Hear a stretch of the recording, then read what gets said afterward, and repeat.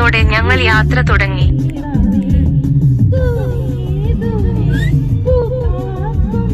സഞ്ചാരികൾക്ക് എന്നും പുതുമ നിറഞ്ഞ കാഴ്ചകള് സമ്മാനിക്കുന്ന സുന്ദരയിടമാണ് വയനാട്.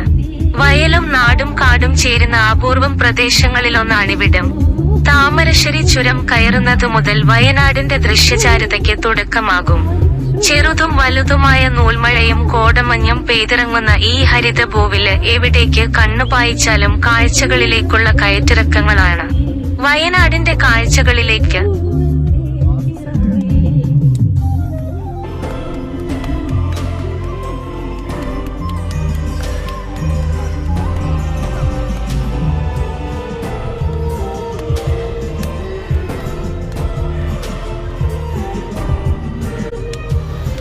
കോഴിക്കോട് കൊല്ലകൽ ദേശീയപാത 766 കോഴിക്കോട് വയനാട് ജില്ലകളെ ബന്ധിപ്പിക്കുന്ന പ്രധാന പാതയിലെ ഭാഗമാണ് താമരശ്ശേരി ചുരം.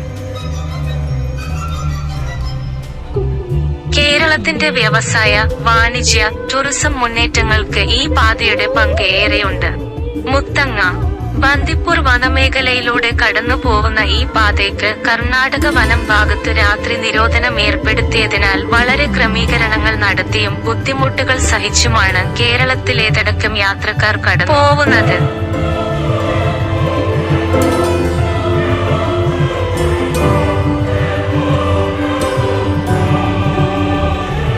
ഇത് നമ്മുടെ പ്രജൂബ് മാഷ്,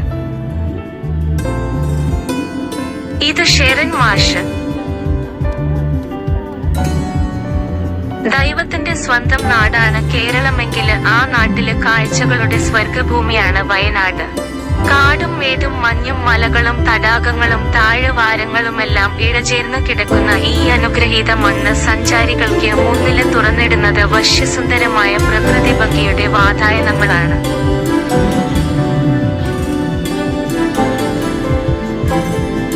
ചുരം കയറിയും അതിർത്തി കടന്നുമെത്തുന്നവർക്ക് വൈവിധ്യമായ കാഴ്ചകൾ ഒരുക്കിയാണ് ടൂറിസ്റ്റ് ഭൂപടത്തില് വയനാട് വേറിട്ട് നിൽക്കുന്നത്. ഒറ്റപ്പെട്ട കേന്ദ്രങ്ങൾക്ക് പുറം ജില്ല മൊത്തം കുളിരും കാഴ്ചയും കൊണ്ട് നിറയുന്നത് വയനാടിനെ സഞ്ചാരികളുടെ പറുദീസയാക്കുന്നു. നൂൽമഴയും കോടമഞ്ഞും പെയ്തിറങ്ങുന്ന ഈ ഹരിതഭൂവില് എവിടെ തിരിഞ്ഞാലുമുണ്ട് കാഴ്ചകളിലേക്കുള്ള കയറ്റിറക്കങ്ങള്.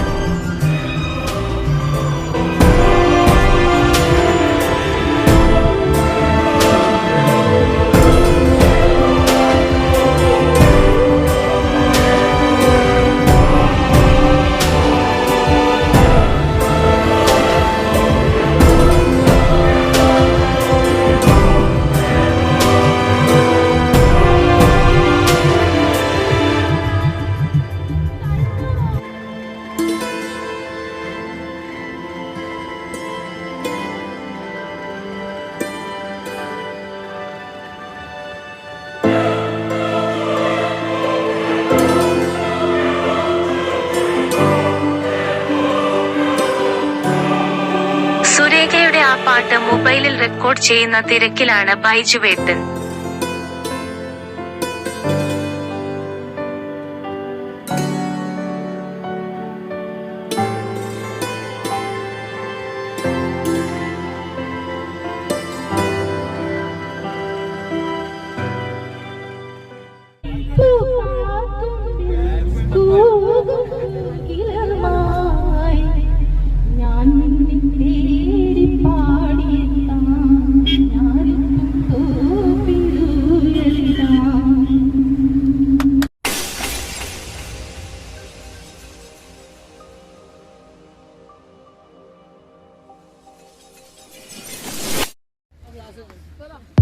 രാവിലെ നേരത്തെ ഇറങ്ങിയതു കാരണം ആരും ഭക്ഷണം കഴിച്ചിട്ടില്ല. അതുകൊണ്ട് ആദ്യം അത് കഴിഞ്ഞിട്ട് ബാക്കി.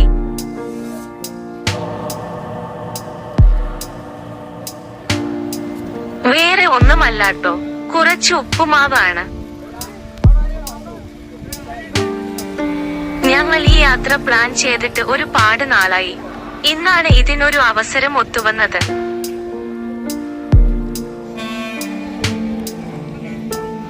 നമ്മുടെ ഷെറിൻ മാഷാണോട്ടോ ഇതിനൊക്കെ മുന്നിൽ നിന്നത്.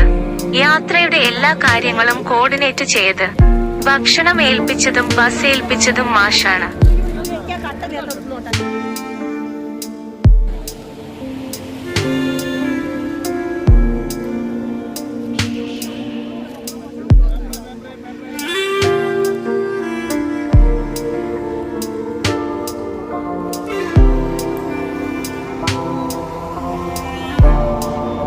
നമ്മളെ ടൂറിനെ പറ്റിയുള്ള അഭിപ്രായം?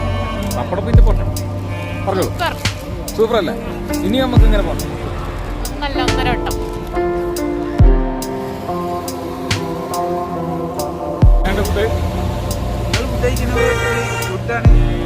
അടിപൊളിയാണ്. അതിന്റെ പൂർണ്ണ ഉത്തരവാദി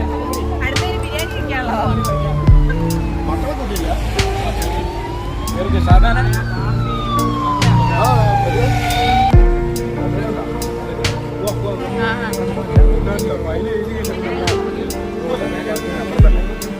അങ്ങനെ ഭക്ഷണമൊക്കെ കഴിഞ്ഞു ഞങ്ങൾ മെല്ലെ യാത്ര തുടർന്നു.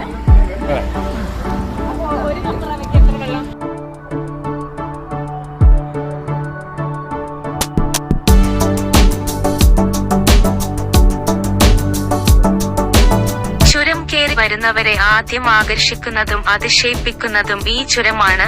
ഓരോ യാത്രികനും യാത്ര ചെയ്യാൻ ഇഷ്ടപ്പെടുന്ന വഴിയാണ് വയനാട് ചുരം. കോട മഞ്ഞ് പാറി പറന്നു നടക്കുന്ന മലനിരകളും കോഴിക്കോടിന്റെ ആകാശ കാഴ്ചകളും പച്ച പുതച്ച വഴിയും ഏതൊരാളുടെയും മനം നിറയ്ക്കും. മഴക്കാലത്താണ് ചുരം കൂടുതൽ സുന്ദരിയാവുന്നത്. താമരശ്ശേരിക്കടുത്ത് അടിവാരത്തുനിന്ന് തുടങ്ങുന്ന 12 കിലോമീറ്ററോളം ദൈർഘ്യമുള്ള ഈ വഴിയില് 9 ഹെയർപിന് വളവുകളുമുണ്ട്. ഈ പാത അവസാനിക്കുന്ന വയനാട് ജില്ലയിലെ ലക്കിടിയില് എത്തുമ്പോഴേക്ക് സമുദ്രനിരപ്പില് നിന്ന് ഏകദേശം 700 മീറ്റർ മുകളിലെത്തും. പാതയ്ക്ക് ഇരുവശങ്ങളിലുമുള്ള ഇടതൂർന്ന വനം വിനോദസഞ്ചാരികളെ ആകർഷിക്കുന്നു. കുതിരസവാരി ചെയ്ത് വയനാട്ടിലെത്താന് പാകത്തില് നിർമ്മിച്ച ഈ പാത പിൽക്കാലത്തു വാഹനഗതാഗതത്തിനുള്ള പാതയായി മാറുകയായിരുന്നു.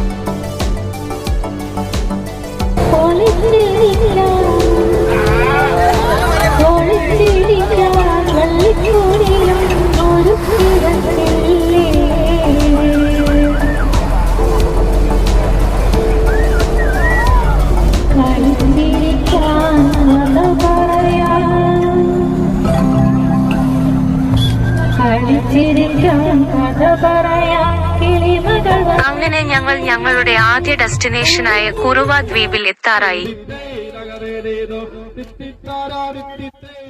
യാത്രക്കിടയിൽ പലരും വളരെയധികം ആസ്വദിച്ച് ആടുകയും പാടുകയും ഒക്കെ ചെയ്തു. ഷെറിൻ മാഷ് നാടൻ പാട്ട് അടിച്ചു തിമിർക്കുകയാണ്.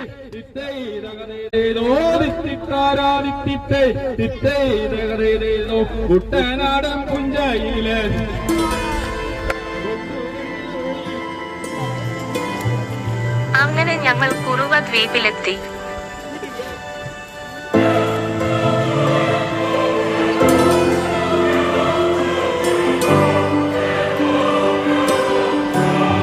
ഓരോ പേരായി ബസ്സിൽ നിന്നും ഇറങ്ങിക്കൊണ്ടിരിക്കുകയാണ്. അൻസലും ആസാദുമെല്ലാം വലിയ എക്സൈറ്റ്മെന്റിലാണ്. സുലൈമാനൊക്കെ എന്തിനും തയ്യാറായിട്ടാണ് നിൽപ്പ്.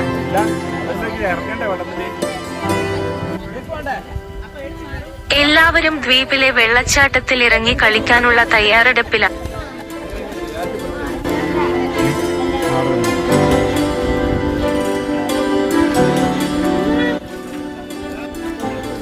ഇതാ ജയേട്ടനൊക്കെ വലിയ ആവേശത്തിലാണട്ടോ. അതിനിടയിൽ നമ്മുടെ ഉഷേച്ചിക്ക് ഒരു അർജന്റ് കോൾ വന്നു എന്ന് തോന്നുന്നു.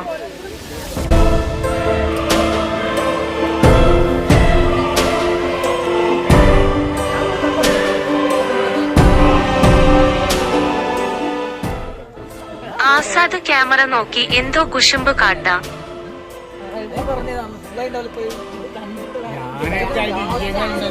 അമ്പിളി ഇത് കണ്ടിട്ട് വേണം എന്നെ ശരിയാക്കാൻ എന്ന് പറയാം.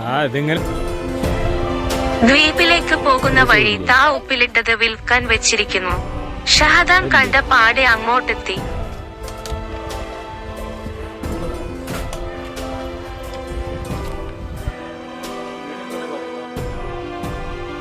വയനാട് ജില്ലയില് കബനി പുഴയുടെ നടുവിലുള്ള ഒരു കൂട്ടം തുരുത്തുകളുടെ സമൂഹമാണ് കുറുവ ദ്വീപ്. കേരളത്തിൽ നിന്നും കിഴക്കോട്ട് ഒഴുകുന്ന നദിയായ കബനിയുടെ പോഷക നദിയിലാണ് കുറുവ ദ്വീപ് സ്ഥിതി ചെയ്യുന്നത്. ജനവാസമില്ലാത്ത ദ്വീപാണിത്.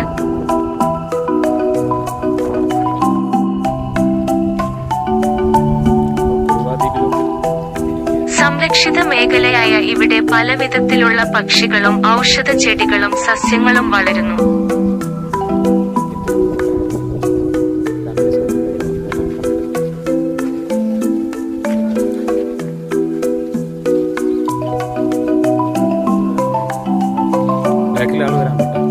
നമ്മൾ 35ഓളം വരുന്ന ആളുകളുണ്ട്. എല്ലാവരുടെയും കണക്ക് എടുക്കുകയാണ് ഷെറിൻ മാഷ്.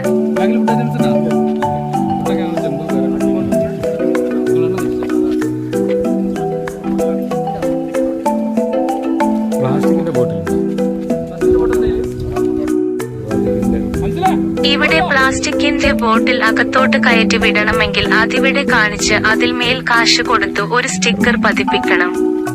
തിരിച്ചു വരുമ്പോൾ ആ സ്റ്റിക്കർ കാണിച്ചാൽ കൊടുത്ത കാശ് തിരിച്ചു കിട്ടും. കബനി പുഴക്കരികിലോട്ടുള്ള വഴി 2 സൈഡും ഹാൻഡ് റെയിൽ ഒക്കെ കൊടുത്ത് ഇന്റർലോക്ക് എല്ലാം പതിച്ച് ഭംഗിയാക്കിയിട്ടുണ്ട്.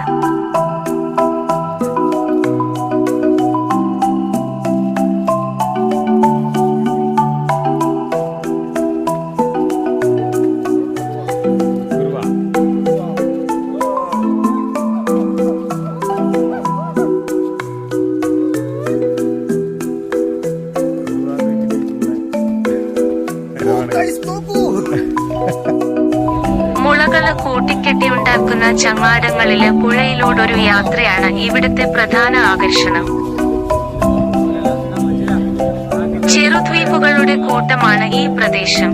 അതുകൊണ്ട് തന്നെ കുറുവ ദ്വീപിന്റെ മുഖ്യഭാഗത്തേക്കു പ്രവേശിക്കുവാൻ വെള്ളപ്പൊക്കമുള്ള അവസരങ്ങളിൽ വഞ്ചിയോ മറ്റു സൗകര്യങ്ങളോ ആവശ്യമാണ്. ചെറുതുരുത്തുകളിലായി 950 ഏക്കറില് വൈവിധ്യമേറിയ സസ്യജീവിജാലങ്ങളാല് സമൃദ്ധമാണീ പ്രദേശം. ഈ ചെറുതുരുത്തുകൾക്കിടയിൽ 2 ചെറിയ തടാകങ്ങളുമുണ്ട്.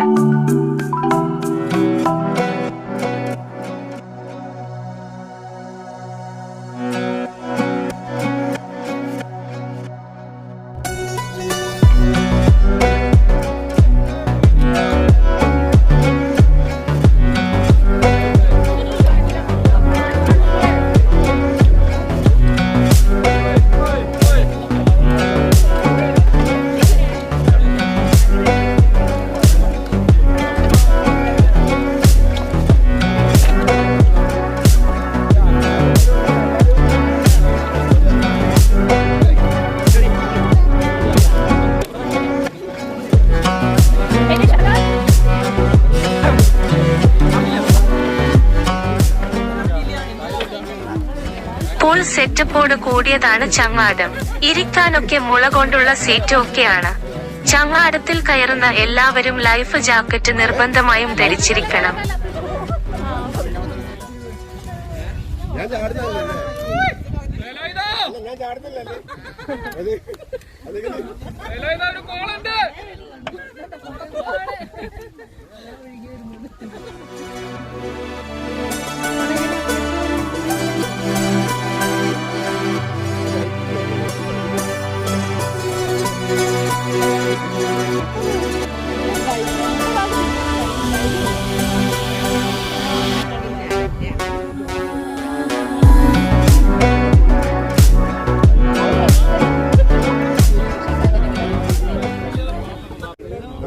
ദ്വീപിലാണ് പോകുന്നത്. കാഴ്ചകളിൽ നമ്മൾ നടന്നുകൊണ്ടിരിക്കുകയാണ്. നമ്മുടെ ചിരകാല അഭിലാഷമായ ഫറോക്ക് റെയിൽവേ ഗ്രൂപ്പിന്റെ ഈ ഒരു ഉദ്യമം എത്ര കാലമായിട്ട് നമ്മൾ പ്രതീക്ഷിച്ചതാണ്. പക്ഷേ ഇന്ന് മനോഹരമായൊരു സ്വപ്നം നമ്മൾ എല്ലാവരും പൂർത്തീകരിച്ചുകൊണ്ടിരിക്കുകയാണ്. 34 പേര് എല്ലാവരും കുടുംബസമേതം ആൾക്കാരും വന്ന് എല്ലാവരും വന്നിട്ട് ഈ പരിപാടി അതിമനോഹരമായി നടന്നുകൊണ്ടിരിക്കുന്നു. എല്ലാവരും ഇതിൽ ചേർന്ന് എല്ലാവർക്കും നമ്മൾ എന്താ പറയണേ, ഹൃദയത്തിൻ്റെ ഉള്ളിൽ നിന്നും നന്ദി പറയാതെ വേറെ നിവൃത്തിയില്ല. കുടുംബം ഇതേമായി നിലനിൽക്കട്ടെ.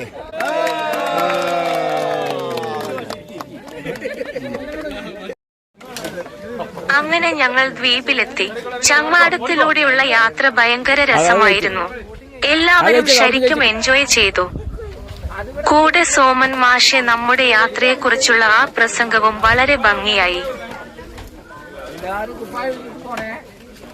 പ്രധാന പുഴയും കൈത്തോടുകളും ബോട്ടിങ്ങിനും ചങ്ങാട യാത്രയ്ക്കും യോജിച്ചതാണ്.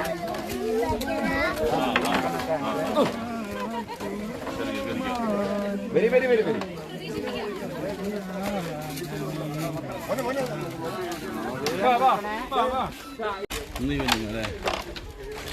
പുഴയോരത്തു നിൽക്കുന്ന വലിയ മരങ്ങൾ നല്ല തണൽ നൽകുന്നുണ്ട്.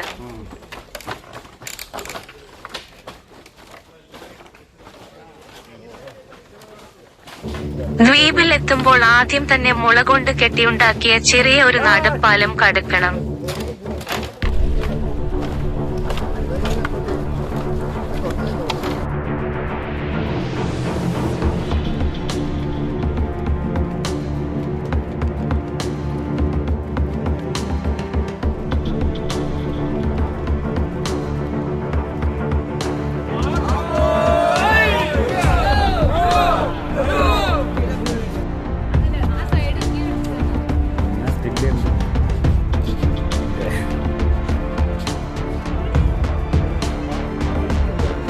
ഇതൊക്കെ അല്ലേ അങ്ങോട്ട് വേണല്ലേ?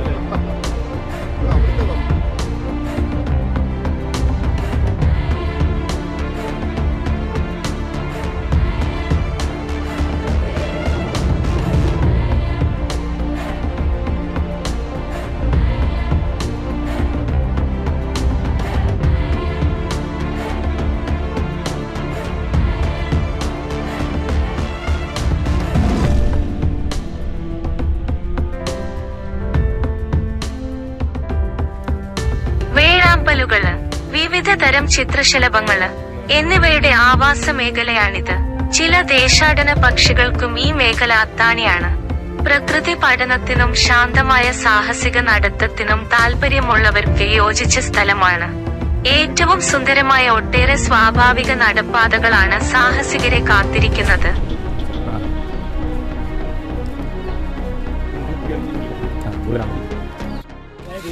കാട്ടിനുള്ളിലൂടെ പോകുന്ന വഴിയിൽ ചിലയിടങ്ങളിലൊക്കെ ഇതുപോലെയുള്ള മുള കൊണ്ടുള്ള നടപ്പാലങ്ങളുണ്ട്.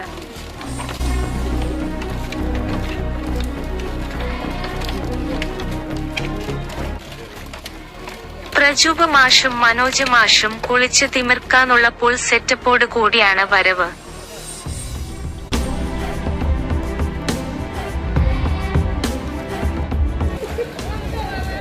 വെള്ളത്തിന്റെ ഒഴുക്ക് കുറവാണെങ്കിലും പാറയിലൊക്കെ നല്ല വഴുക്കലുണ്ട്. ശ്രദ്ധിച്ച് നടന്നിട്ടില്ലെങ്കിൽ എപ്പം പണി കിട്ടിയെന്ന് ചോദിച്ചാൽ മതി. കുട്ടികളൊക്കെ വെള്ളത്തിൽ കളിക്കാനുള്ള ആവേശത്തിലാ.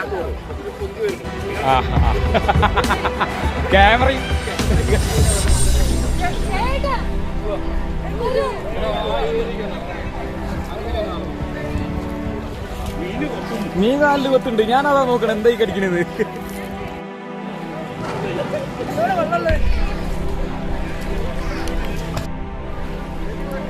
പാറക്കെട്ടുകൾ നിറഞ്ഞ കൊച്ചരുവികളിലൂടെ കാൽനടയായി ദ്വീപുകളിലെല്ലാം എത്തിച്ചേരാവുന്നതാണ്.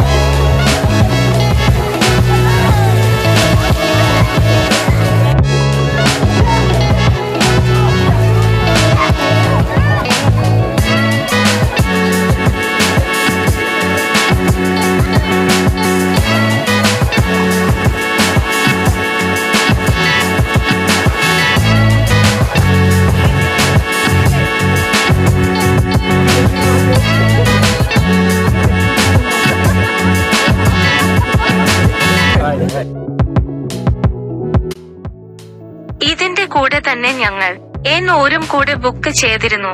കുറുവ ദ്വീപിൽ നിന്നും വേഗം പുറത്തു വന്ന് ഭക്ഷണമൊക്കെ കഴിച്ചോടി കിതച്ച് ഞങ്ങൾ എന്നൂരിലെത്തിയപ്പോഴേക്കും സമയം 4:30 മണിയായി. ഇവിടെ 5 മണി വരെ പ്രവേശനമുള്ളൂ. നമ്മൾ കൊണ്ടുവന്ന വാഹനം മുകളിലേക്ക് പോകാൻ പറ്റില്ല. ഇവിടുന്ന് ഇവരുടെ തന്നെ ജീപ്പ് സർവീസ് ഉണ്ട്. അതിന്റെ ചാർജ് അടക്കമാണ് നമ്മൾ ബുക്ക് ചെയ്യുന്നത്.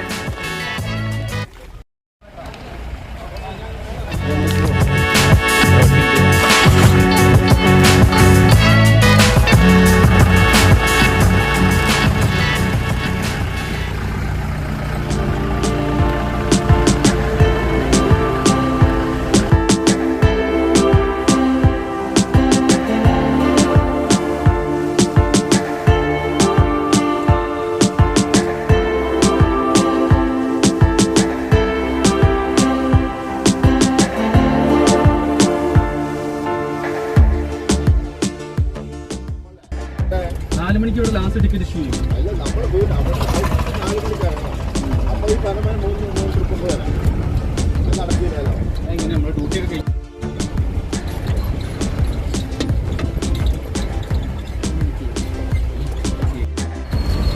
ഗോത്ര പാരമ്പര്യത്തിന്റെ ഉള്ളറകളിലേക്കാണ് കേരളത്തിലെ ആദ്യത്തെ ഗോത്ര പൈതൃക ഗ്രാമത്തിന്റെ വാതിൽ തുറക്കുന്നത്.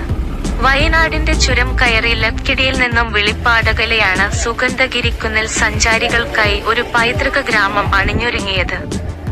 കേരളത്തിൽ അധിവസിക്കുന്ന ഗോത്ര ജനതയുടെ പൈതൃകവും സംസ്കാരവും സംരക്ഷിക്കുകയും പാരമ്പര്യ വിജ്ഞാനീയത്തെ പ്രോത്സാഹിപ്പിക്കുകയും ചെയ്യുക എന്ന ലക്ഷ്യത്തോടെ സംസ്ഥാന സർക്കാരാണ് ഏന്നൂര് വിഭാവനം ചെയ്തത്.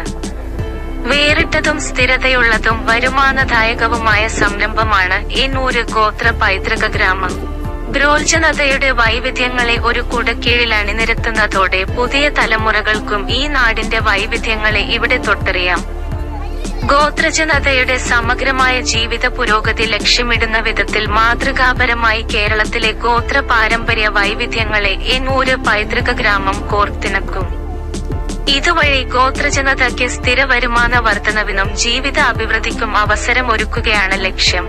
വൈത്തിരിയിലെ 25 ഏക്കറിലാണ് ഗോത്ര പൈതൃക ഗ്രാമം സ്ഥിതി ചെയ്യുന്നത്.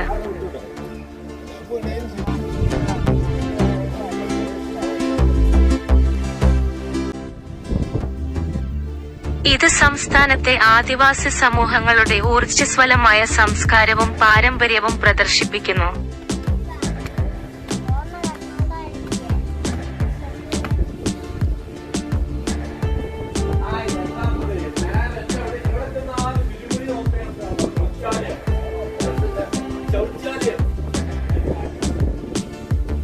ഒരു കുന്നിൻ മുകളിൽ 25 ഏക്കറിൽ പരന്നുകിടക്കുന്ന ഈ കേന്ദ്രം ഗോത്രവർഗക്കാരുടെ പൈതൃകത്തെയും ജീവിതശൈലിയെയും കുറിച്ച് പഠിക്കാനുള്ള സുവർണാവസരം നൽകുന്നു.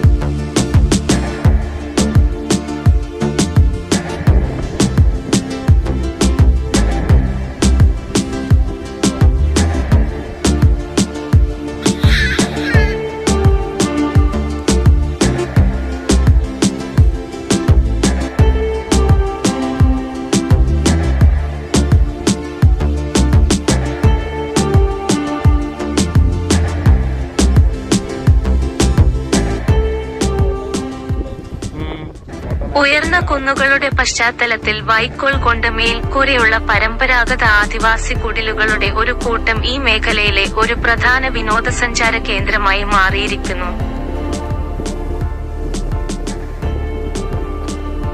ഗോത്രവർഗ സമൂഹങ്ങൾ കൈകാര്യം ചെയ്യുന്നതും അവരുടെ ഉപജീവന മാർഗം മെച്ചപ്പെടുത്തുക എന്ന ലക്ഷ്യത്തോടെയും ഈ ഗ്രാമത്തിൽ വംശീയ വിഭവങ്ങളും ഗോത്ര വിപണിയും വിളമ്പുന്ന കഫ്റ്റീരിയകളുണ്ട്. ആദിവാസി കരകൗശല തൊഴിലാളികളുടെ സുവനീറുകൾ, സുഗന്ധദ്രവ്യങ്ങൾ, കരകൗശല വസ്തുക്കൾ എന്നിവ വിൽക്കുന്ന സ്റ്റാളുകൾ, കരകൗശല വസ്തുക്കൾ ശേഖരിക്കുന്നതിനുള്ള സംഭരണശാല, ഫെലിസിറ്റേഷൻ സെന്റർ, 300 പേർക്ക് ഇരിക്കാവുന്ന ഓപ്പൺ എയർ തിയേറ്റർ എന്നിവ ഈ മനോഹരമായ കാമ്പസിൽ ഒരുക്കിയിട്ടുണ്ട്.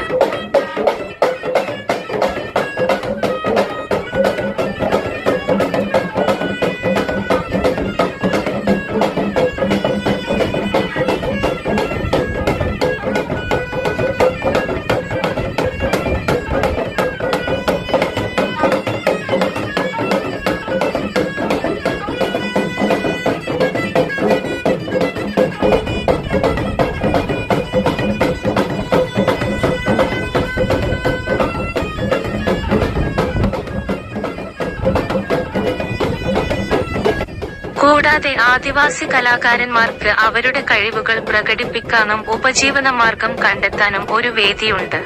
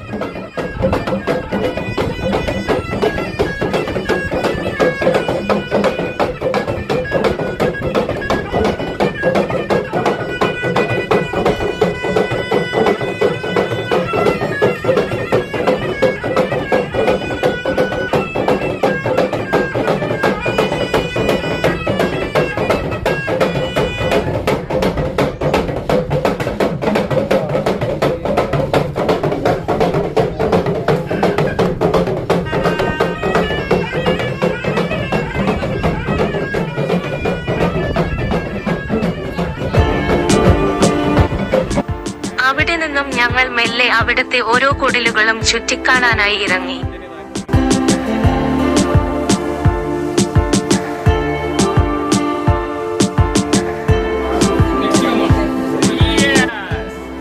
ഇവിടെ വീടിന്റെ മേൽക്കൂരയെല്ലാം പനയോല കൊണ്ടും പുല്ലുകൊണ്ടുമാണ് നിർമ്മിച്ചിട്ടുള്ളത്. എന്ത് ഭംഗിയാണ് അതെല്ലാം കാണാൻ.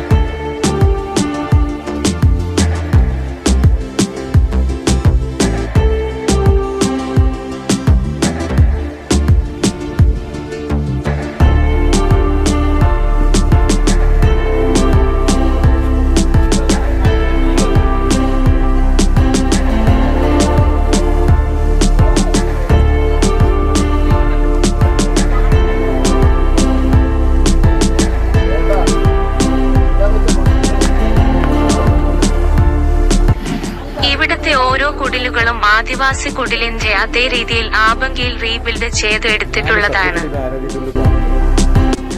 മുള കൊണ്ടുണ്ടാക്കിയ പഴയ ഓരോ ആദിവാസികളുടെ ഉപകരണങ്ങൾ ഇവിടെ കെട്ടിത്തൂക്കിയിട്ടിരിക്കുന്നത് കാണാം.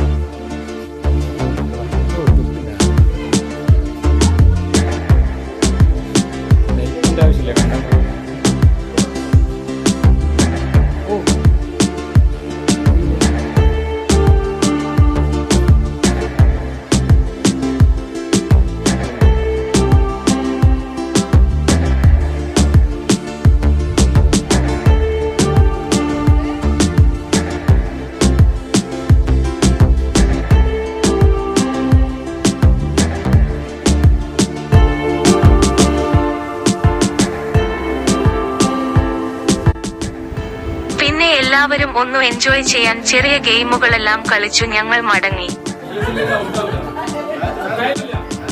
പോകുന്ന വഴിക്ക് ഞങ്ങൾ ടൂർ ഓഫ് ദ മാൻ ആയിട്ട് ഷെറിൻ മാഷെ തിരഞ്ഞെടുത്തു.